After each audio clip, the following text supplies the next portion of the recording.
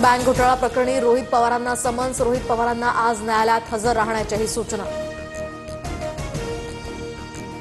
पुणे जिल्ह्यातील वेल्हे तालुका आता राजगड या नावानं ओळखला जाणार। फडणवीसांच्या सूचनेनंतर चंद्रशेखर बावनकुळेंचा हा निर्णय।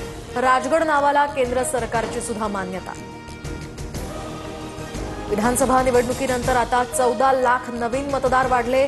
स्थानिक स्वराज्य संस्थांच्या निवडणुकांमध्ये 1 जुलै 2025 पर्यंतची अद्ययावत मतदार यादी वापरण्यास मंजुरी। उपमुख्यमंत्री अजित पवारांकडून वर्धा जिल्हाधिकारी कार्यालयाची पाहणी। प्लास्टिक पिशव्या आणल्यामुळे अजित पवारांनी कार्यकर्त्यांना छापलं। मुंबईत काही ठिकाणी पावसाची उघडीप तर काही ठिकाणी अजून सुद्धा पाऊस सुरूच।